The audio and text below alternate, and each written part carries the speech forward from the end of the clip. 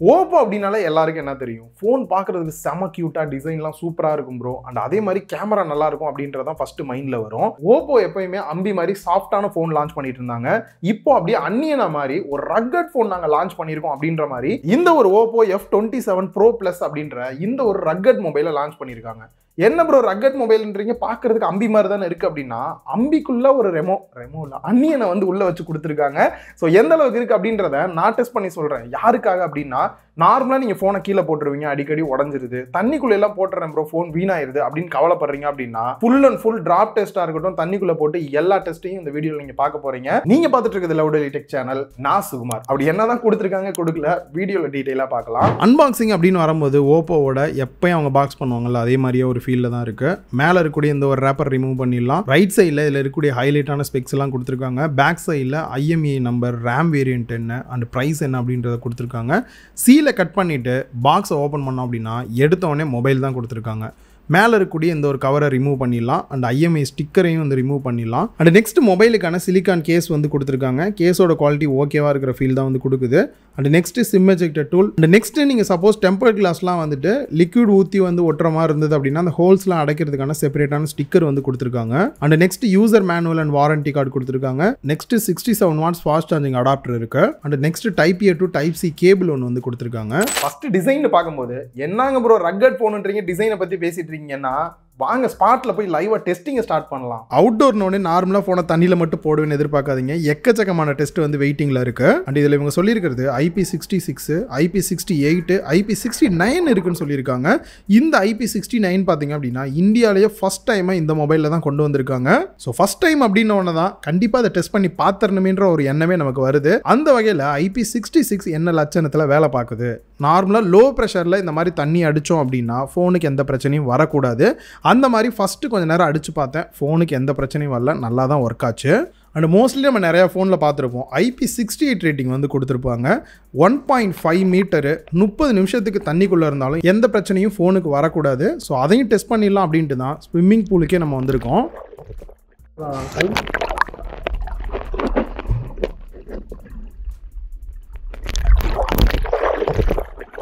குடு என்னாச்சு குடு.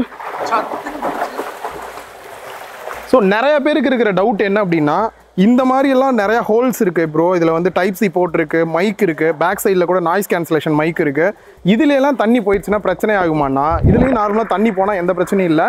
நார்மலாக அப்படி ஷேக் பண்ணுங்க அப்படின்னாலே வெளியில் வந்துடும். இன்னொரு விஷயம், இந்த மாதிரி தண்ணிக்குள்ளே போட்டிங்க அப்படின்னா சார்ஜ் போடாதீங்க, கொஞ்சம் ட்ரை ஆகிற வரைக்கும் வெயிட் பண்ணுங்க. IP69 அப்படின்னு வரும்போது இந்தியாவிலேயே ஃபஸ்ட் டைமாக கொடுத்துருக்காங்க. இதில் என்ன ஹைலைட் அப்படின்னு பார்த்தீங்கன்னா, நார்மலாக தண்ணியை வந்து ஃபோர்ஸாக அடிக்கிறத விட ஹை ப்ரெஷர் தண்ணி இந்த மாதிரி ஃபோர்ஸாக அடித்தாலும் கூட ஃபோனுக்குள்ளே தண்ணி போகக்கூடாது.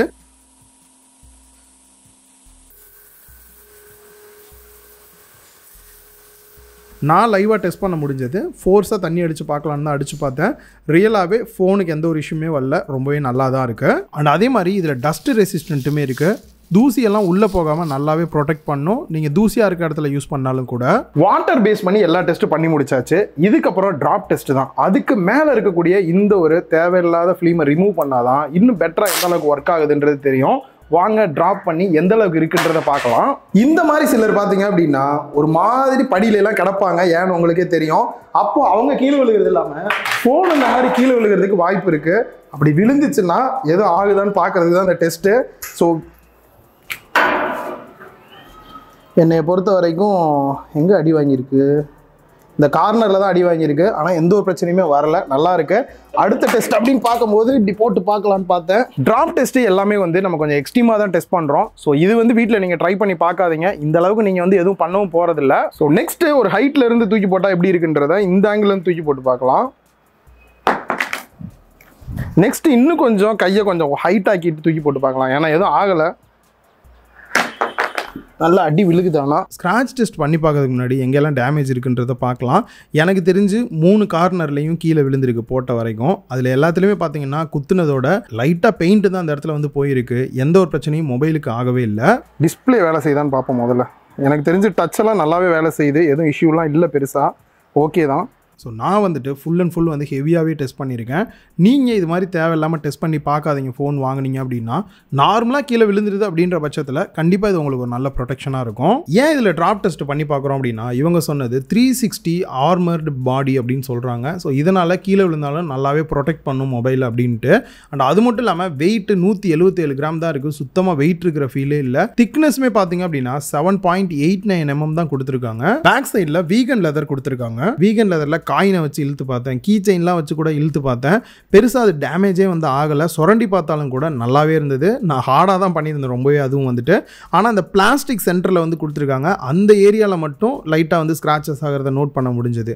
அண்ட் அதே மாதிரி வீகன் லெதரில் இந்த டஸ்ட்டெல்லாம் ஒட்டுச்சுன்னா போக மாட்டேங்குதுன்ற மாதிரி இருந்துச்சு. அதனால் கொஞ்சம் கரித்தூள்லாம் வச்சு பார்த்தேன், பென்சில் எழுதி பார்த்தேன், மார்க்கரில் கூட வந்துட்டு நேம்லாம் கூட எழுதி பார்த்தேன். பட் தொடச்சா கிளியர் ஆகி போயிருது. முடிஞ்ச அளவுக்கு டஸ்ட் இருக்குது அப்படின்னா உடனே தொடச்சிங்க அப்படின்னா இந்த மாதிரி கிளியர் பண்ணிட முடியுது. நெக்ஸ்ட் டிஸ்பிளேலையுமே ஸ்க்ராட்ச் டெஸ்ட் பண்ணிடலாம் தான் பார்த்தேன். டிஸ்பிளேயோட சைஸ் பார்த்தீங்க அப்படின்னா 6.7 inch full HD plus AMOLED display 120 Hz refresh ரேட்டோட கொடுத்துருக்காங்க. ஸோ எஃப் சீரிஸில் எனக்கு தெரிஞ்சு ஃபர்ஸ்ட் டைமாக வந்து கர்வ்டு டிஸ்பிளே வந்து யூஸ் பண்ணியிருக்காங்க.